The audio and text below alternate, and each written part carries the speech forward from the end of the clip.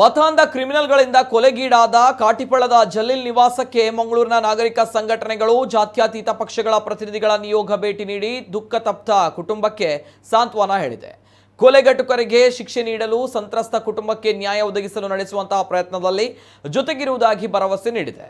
ಜಲೀಲ್ ಹತ್ಯೆ ಮತಾಂಧ ಶಕ್ತಿಗಳಿಂದ ಕುರುಡು ಕೋಮು ದ್ವೇಷದಿಂದ ನಡೆದಿರುವುದು ಅಲ್ಪಸಂಖ್ಯಾತ ಸಮುದಾಯದಲ್ಲಿ ಆತಂಕ ಅಭದ್ರತೆ ಮೂಡಿಸಿದೆ. ಸಮಾಜದಲ್ಲಿ ಭೀತಿಯ ವಾತಾವರಣ ನಿರ್ಮಾಣಗೊಂಡಿದೆ.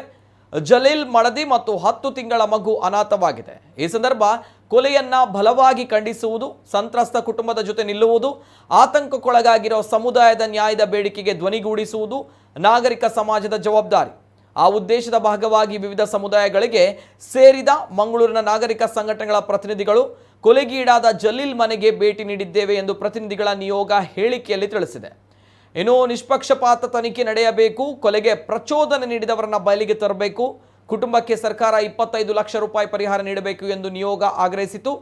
ಡಿವೈಎಫ್ಐ ರಾಜ್ಯಾಧ್ಯಕ್ಷ ಮುನೀರ್ ಕಾಟಿಪಳ್ಳ, ಹಿರಿಯ ದಲಿತ ನಾಯಕರಾದ ಎಂ ದೇವದಾಸ್, ರಘು ಎಕ್ಕಾರು, ಸಿಪಿಎಂ ಜಿಲ್ಲಾ ಕಾರ್ಯದರ್ಶಿ ಯಾದವ್ ಶೆಟ್ಟಿ, ಸಿಪಿಐ ಮುಂದಾಳು ವಿ ಕುಕ್ಯಾನ್, ಮಾಜಿ ಮೇಯರ್ ಮುಸ್ಲಿಂ ಒಕ್ಕೂಟದ ಅಧ್ಯಕ್ಷ ಕೆ ಅಶ್ರಫ್, ಸಾಮರಸ್ಯ ಮಂಗಳೂರು ಅಧ್ಯಕ್ಷರಾದ ಮಂಜುಳಾ ನಾಯಕ್, ಮಾಜಿ ಉಪಮೇಯರ್ಗಳಾದ ಪುರುಷೋತ್ತಮ ಚಿತ್ರಾಪುರ, ಮೊಹಮ್ಮದ್ ಕುಂಜತ್ಬೈಲ್ ಮೊದಲಾದವರು ಉಪಸ್ಥಿತರಿದ್ದರು. ಇಲ್ಲಿ ಯಾರು ಇಲ್ಲ, ಇಲ್ಲಿ ಒಂದು ಮಗು